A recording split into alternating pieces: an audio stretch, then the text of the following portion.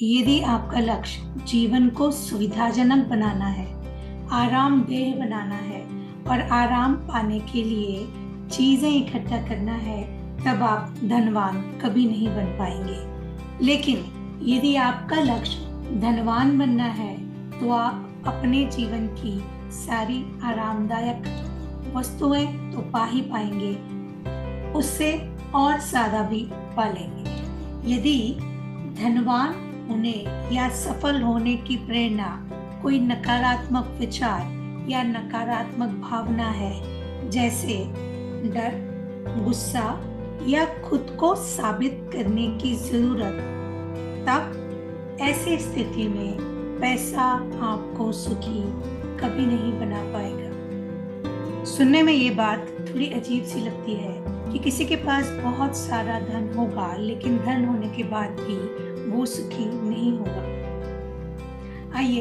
इस बात को विस्तार से समझते हैं। गरीब परिवारों के कई बच्चे बहुत सारी चीजों से वंचित रह जाते हैं और उनकी परिस्थितियां उन्हें विद्रोही व गुस्सैल बना देती है। जब वो बड़े होते हैं तो बहुत मेहनत करते हैं, सफल होना चाहते हैं, बस एक छोटी सी दिक्कत होती है जो आगे जाकर और बड़ी दिक्कत में बदल जाती है कि उनकी सफलता के पीछे, उनके धनवान होने के पीछे जो प्रेरणा होती है वो गुस्सा या विद्रोह होता है। अनजाने में ही उनके धन और उनके गुस्से की आपसी कड़ियां छुट जाती हैं। वो जितना धनवान होते जाते हैं, उनका गुस्सा उतना ही बढ़ता जाता है। आखिरकार अपने गुस्से से घबराकर जब वो ये सोचते हैं कि मैं अब गुस्से और तनाव से थक चुका हूं, मैं शांति और खुशी चाहता हूं, तब गुस्से और पैसे की कड़ी जोड़ने वाले उनके दिमाग में यही बात सबसे पहले आती है कि यदि उन्हें गुस्सा छोड़ना है तो उन्हें अपने पैसे से भी छुटकारा पाना होगा।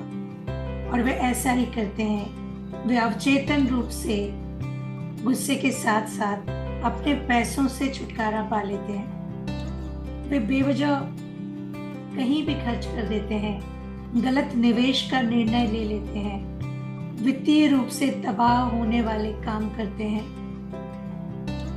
अपनी सफलता को बर्बाद कर लेते हैं। उन्हें लगता है कि कम से कम वो सुखी तो रहेंगे, लेकिन स्थितियां और बिगड़ जाती हैं, क्योंकि अब सिर्फ गुस्सा नहीं है उनके पास, इसके साथ साथ अब वो दिवालिया भी हैं। असल में उन्होंने गलत चीज से छुटकारा पा लिया है। गुस्से के बजाय उन्होंने पैसों से छुटकारा पा लिया है। जड़ के बजाय उन्होंने फल से छुटकारा पा लिया है। असली मुद्दा तो उनका गुस्सा था। जब तक गुस्से का समाधान नहीं निकलेगा, तब तक वे कभी खुश या शांत नहीं रह सकते, चाहे उनके पास कितना भी पैसा हो। इसी तरह जब हम डर की बात करते हैं तो हम पाते हैं कि पैसा समस्या की जड़ कभी नहीं होता। समस्या की जड़ तो डर होता है। इससे भी बुरी बात यह है कि डर सिर्फ समस्या नहीं है, ये तो एक आदत है। इसीलिए ज्यादा पैसा कमा लेने के बाद डर का सिर्फ प्रकार बदल जाता है। जब कोई कड़की के दौर में रहता है तो उन्हें सबसे ज्यादा डर यह लगता है कि हम कभी सफल नहीं हो पाएंगे, हमारे पास बहुत सारा धन कभी होगा या नहीं। सफल होने के बाद, धनवान होने के बाद यह डर बदलकर दूसरे तरह का डर हो जाता है कि यदि मेरी कमाई सारी दौलत चली गई तो क्या होगा। हर व्यक्ति की निगाह मेरी दौलत पर है, या मुझे इतना सारा टैक्स क्यों देना पड़ता है। समझने वाली बात यह है कि जब तक हम मुद्दे की जड़ तक नहीं पहुंचते और डर को खत्म नहीं करते, तब तक चाहे कितना भी धन आ जाए कोई फायदा नहीं होगा। इसी तरह कई लोगों की वित्तीय सफलता पाने की प्रेरणा खुद को अच्छा साबित करने की चाह से मिलती है। एक बार फिर डर की तरह हमेशा खुद को साबित करने का मुद्दा जीवन शैली बन जाता है। लोगों को एहसास ही नहीं होता कि वो भागे जा रहे हैं, खुद को सफल, मेहनती, संकल्पवान मानते हैं। ये सारे गुण तो अच्छे होते हैं, ये सारे गुण अच्छे हैं। इकलौता सवाल है क्यों?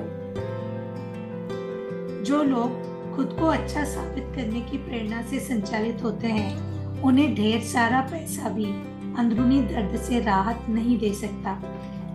वे हमेशा यह सोचते रहते हैं कि उनके जीवन की हर चीज पर्याप्त अच्छी नहीं है। धन या किसी भी चीज की कितनी भी मात्रा ऐसे लोगों के लिए कभी पर्याप्त नहीं होती। एक बार फिर यह सब आपके ऊपर निर्भर है। आपका बाहरी संसार आपके अंदरूनी संसार का प्रतिबिंब है। यदि आपको यकीन है कि आपके पास पर्याप्त नहीं है, तो इस विश्वास को सही साबित करते हुए आप उस वास्तविकता को उत्पन्न करेंगे जिसमें आपके पास पर्याप्त नहीं होगा। दूसरी ओर, यदि आप यकीन करते हैं कि आपके पास पर्याप्त है, तो आप इस विश्वास को सही साबित करते हुए प्रचुरता उत्पन्न कर लेंगे, क्योंकि आपकी सफलता की जड़ प्रचुरता है और यह आपकी स्वाभाविक जीवन शैली बन जाएगी। साथियों, बहुत छोटी सी बात है लेकिन बहुत काम की बात है कि किसी भी नेगेटिव इमोशन को अपने धनवान बनने की, सफल बनने की प्रेरणा न बनाएं। चाहे वो गुस्सा हो, चाहे वो डर हो, चाहे किसी तरह का गिल्ट हो, चाहे और कोई नेगेटिव इमोशन हो। यदि किसी ने कभी आपके लिए ऐसे शब्दों का प्रयोग किया है या आपके बारे में ऐसा सोचा है कि आप उतने सफल कभी नहीं होंगे, या आप उतने अच्छे कभी नहीं होंगे, या आप उतने धनवान कभी नहीं होंगे, तो उन लोगों को उनके विचारों के साथ जीने दीजिए। उनके नकारात्मक विचारों को अपने धनवान होने और सफल होने की प्रेरणा न बनने दें। इसके बजाय खुशी, अच्छा स्वास्थ्य, समृद्धि, अच्छे मित्र, अच्छे रिश्ते, इस तरह के सकारात्मक विचारों व सकारात्मक भावनाओं को अपनी सफलता व अपने धनवान बनने की प्रेरणा बनाएं। यदि प्रेरणा सकारात्मक होगी तो वो धन जो आप अर्जित करेंगे वो आपके जीवन में खुशहाली लेकर आएगा, समृद्धि लेकर आएगा। लिखिए कि आपको ये धन क्यों चाहिए। आप किसी से बदला लेना चाहते हैं, किसी को दिखाना चाहते हैं, या और कोई? पता करिए कि आपके धनवान बनने की प्रेरणा, आपकी सफलता की प्रेरणा किसी नकारात्मक विचार या किसी नकारात्मक भावना से जुड़ी तो नहीं है। यही धनवान बनने का दूसरा मंत्र है। अगले वीडियो में जानेंगे कौन सा वो तीसरा तरीका है जो आपको समृद्धि की ओर ले जाने में मदद करता है। तब तक के लिए अपना ख्याल रखिए।